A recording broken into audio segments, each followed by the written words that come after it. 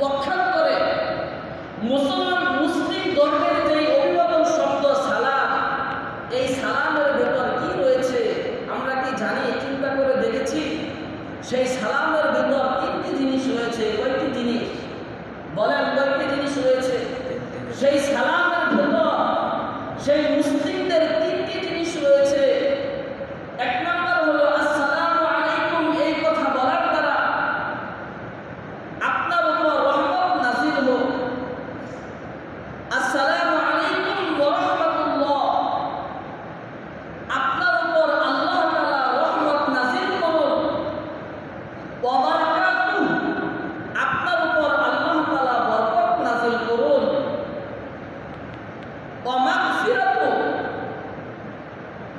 আল্লাহ তাআলা আপনাকে মাফ করে দিন। এত সুন্দর অভিবাদন শব্দ মুসলিমদেরকে দেওয়া হয়েছে। আজ আমরা সেই শব্দকে হাতছাড়া করে দিয়েছি, ঠিক কিনা বলেন? আজ আমাদের মুখ থেকে, আমাদের জবান থেকে সেই সালাম নামক শান্তির উচ্চারণ আমাদের থেকে দূরীভূত হয়ে গিয়েছে। আজ আফসোসের সাথে বলতে হয়, না বড়রা ছোটদেরকে সালাম দেয়, না সমাজের ভিতর কোনো শিষ্টাচার রয়েছে, না সমাজের ভিতর কোনো আদব আখলাক রয়েছে, না ভাই ভাইকে সালাম করে, না সন্তান তার বাবাকে সালাম দেয়। আজ সমাজ থেকে এই শান্তিদায়ক শব্দ আমাদের থেকে দূরীভূত হয়ে গিয়েছে, ঠিক কিনা বলেন? আজ সালাম আমাদের থেকে দূরীভূত হয়ে গিয়েছে বিদায় আমাদের কাছ থেকে রহমত মাগফিরাত এগুলো দূরীভূত হয়ে গিয়েছে। সম্মানিত মুহতারাম হাজিরিন, এই সালামের সূচনা কোন জায়গা থেকে শুরু হয়েছে? এই সালামের সূচনা, সালামের ইতিহাস যদি আমরা দেখি, হযরত আদম আলাইহিস সালাম থেকে এই সালামের সূচনা শুরু হয়েছে। আল্লাহু আকবার।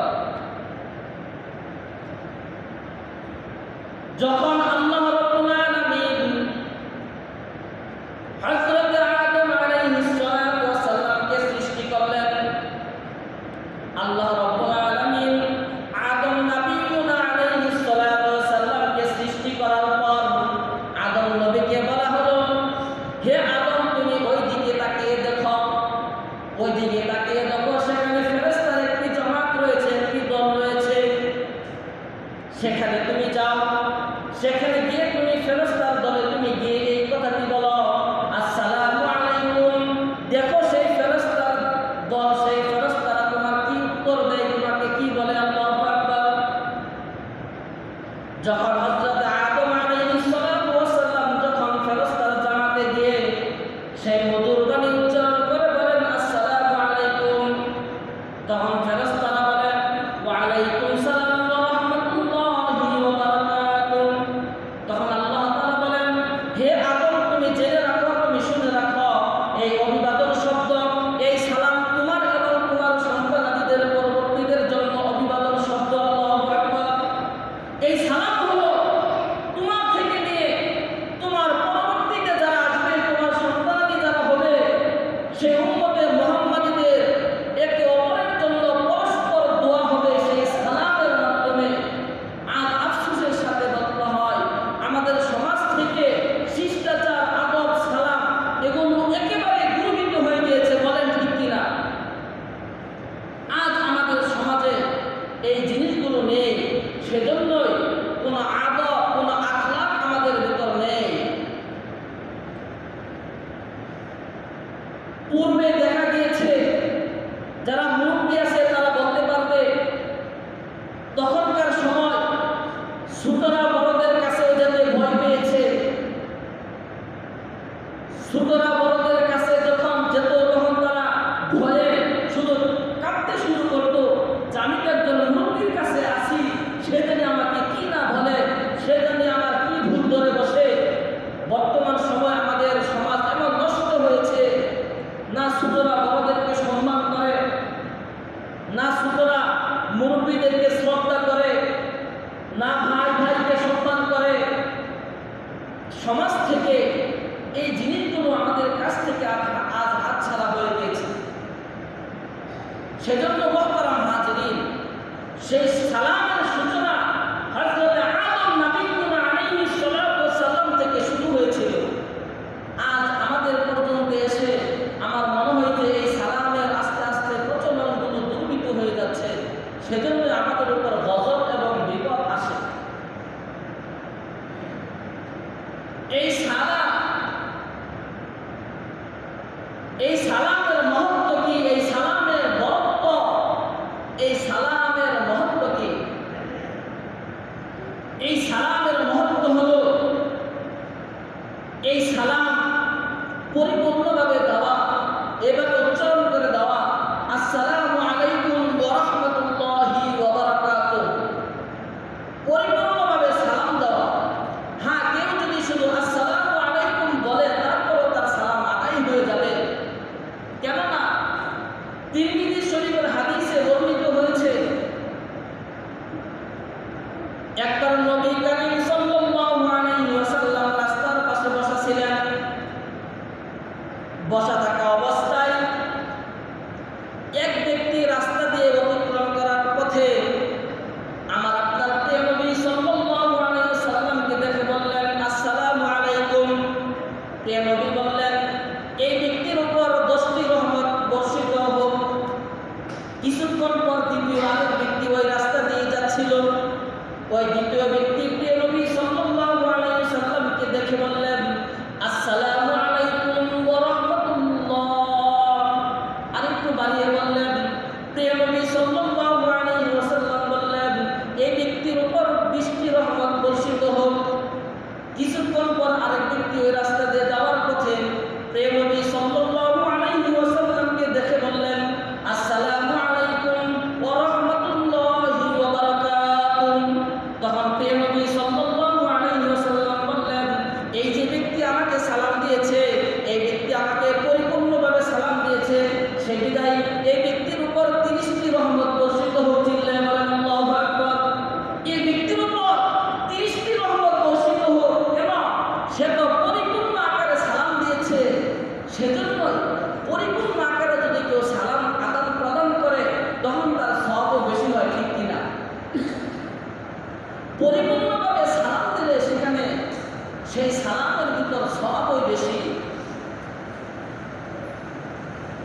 সেই সালামের ভিতর সওয়াব বেশি রয়েছে যদি পরিপূর্ণভাবে আমি এক ভাই আরেক ভাইকে সালাম আদান প্রদান করি। এখন তৃতীয় কথা হলো এই সালামের আদাব কি? এই সালাম যে আমি আদান প্রদান করব, আদান প্রদান করার ক্ষেত্রে এটা একটা আদাব রয়েছে, এটা একটা নিয়ম রয়েছে। সেই সালামের আদাব কি? হাদিসের কিতাবের ভিতর বর্ণিত হয়েছে সালামের কিছু আদাব রয়েছে। 1 নম্বর আদাব হলো আরোহী ব্যক্তি পথচারী ব্যক্তিকে সালাম করবে, অর্থাৎ যে ব্যক্তি কোনো বাহনে চলে চলে যায়, অর্থাৎ কেউ যদি মোটর সাইকেল দিয়ে যায় সেই ব্যক্তি হাঁটা ব্যক্তিকে সালাম দিবে, হাঁটা ব্যক্তি বসা ব্যক্তিকে সালাম দিবে। অনুরূপভাবে ছোট বড়দেরকে সালাম করবে।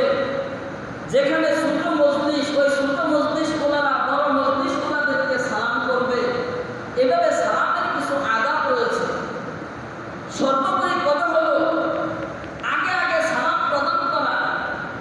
আরেক হাদিসে প্রিয় নবী সাল্লাল্লাহু আলাইহি ওয়াসাল্লাম বলেন, আসসালামু ক্বাবলাল কালাম। সালাম হলো কালামের পূর্বে, অর্থাৎ সালাম দিতে হবে কোনো কথাবার্তা বলার পূর্বে। অর্থাৎ আপনার সাথে আমার সর্বপ্রথম সাক্ষাৎ হয়েছে, সেই সাক্ষাতে আসসালামু আলাইকুম ওয়া রাহমাতুল্লাহ, এরপর কথা শুরু হবে।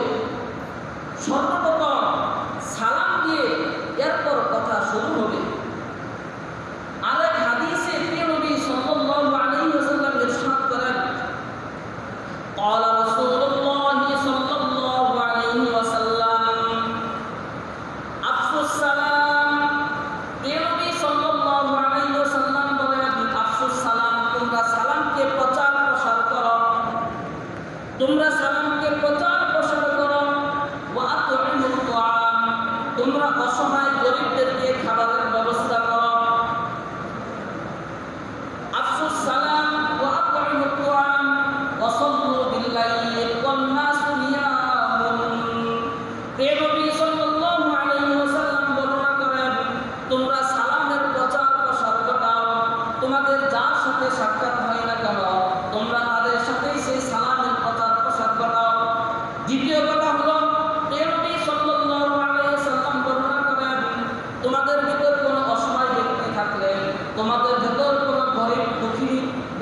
থাকলে তোমরা তাদের জন্য খাবারের ব্যবস্থা করো।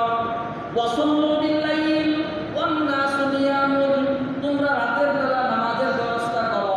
তোমরা রাতের বেলা নামাজ আদায় করো যখন সমস্ত মানুষ ঘুমিয়ে যায়। তোমরা রাতের বেলা নামাজ আদায় করো, অর্থাৎ তাহাজ্জুদের নামাজ পড়ো। ওয়াসাল্লু বিল-লাইল ওয়ান-নাসু নিয়ামুন, তোমরা রাতের বেলা নামাজ পড়ো যখন সমস্ত মানুষ ঘুমিয়ে যায়। সেই নামাজের নাম হলো তাহাজ্জুদের নামাজ। এই কাজগুলো করলে ফায়দা কি? তখন প্রিয় নবী সাল্লাল্লাহু আলাইহি সাল্লাম বলেন, তাদখুলুল জান্নাতা বিসালামিন, তোমরা নিরাপদে, তোমরা শান্তিতে জান্নাতে প্রবেশ করতে পারবে। সুবহানাল্লাহ। তোমরা যদি এই কাজগুলো করো, তোমরা যদি সালামের প্রচার প্রসার করো, তোমরা যদি অসহায় ব্যক্তিদেরকে খাবারের ব্যবস্থা করে দাও, তোমরা যদি তাহাজ্জুদের নামাজ পড়ো, তাদখুলুল জান্নাতা বিসালামিন, প্রিয় নবী বলেন তোমরা নিরাপদে জান্নাতে পৌঁছতে পারবে। সুবহানাল্লাহ। সেজন্য মুহতারাম হাজিরিন, আমাদের এই কাজগুলো